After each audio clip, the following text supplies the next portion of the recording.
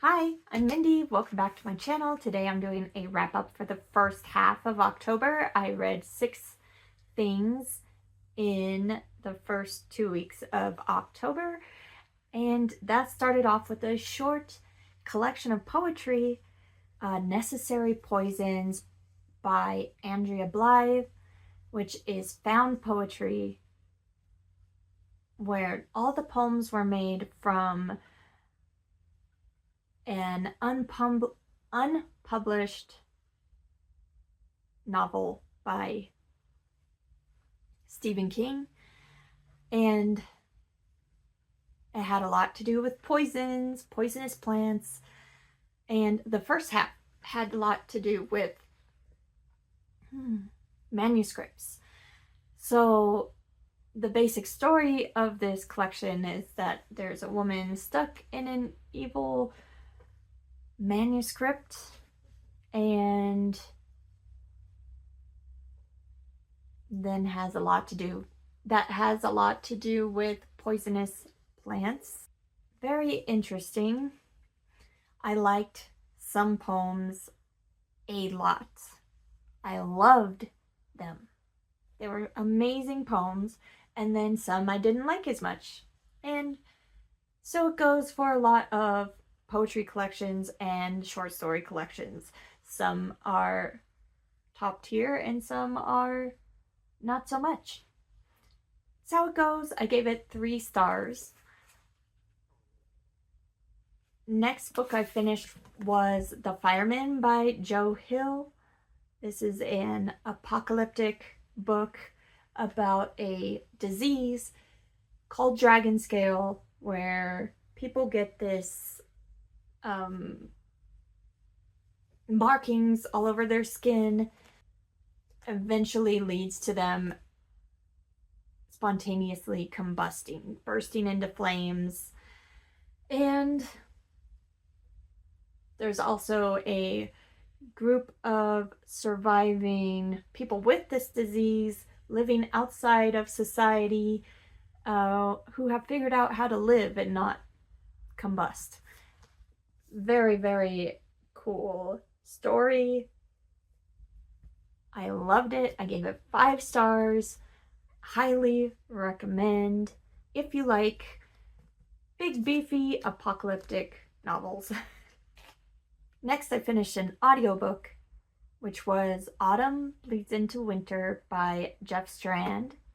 And this was a really great novel. It's kind of coming of age.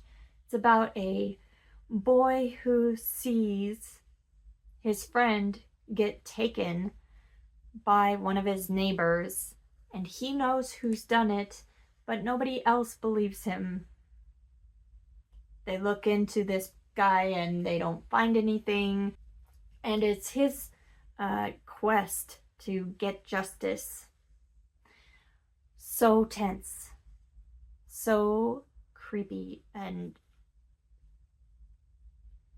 wow. Another really great story.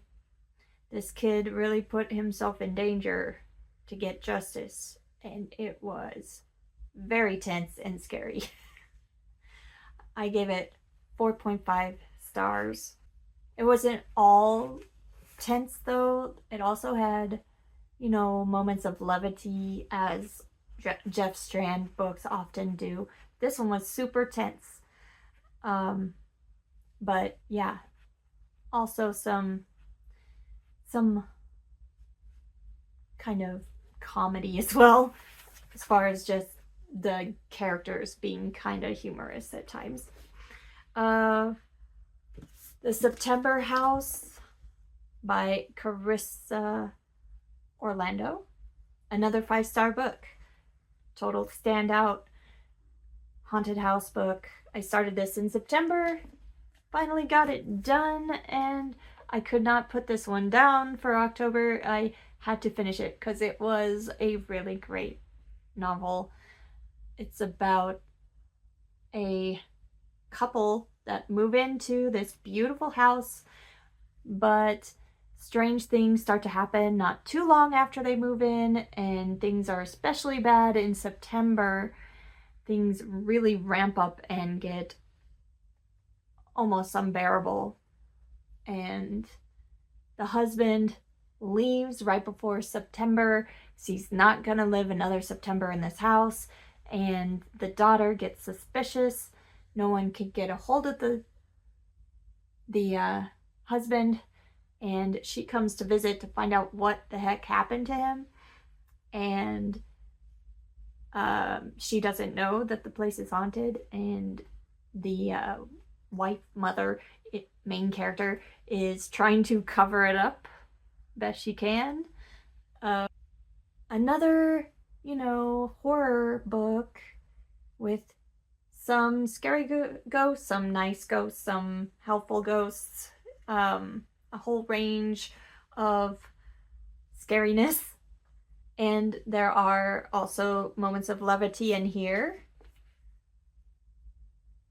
to offset the creepiness. I also listened to classic, The Legend of Sleepy Hollow by Washington Irving, and this was so atmospheric. It is the perfect read for fall and especially October. Oh, the vibes. They were all there.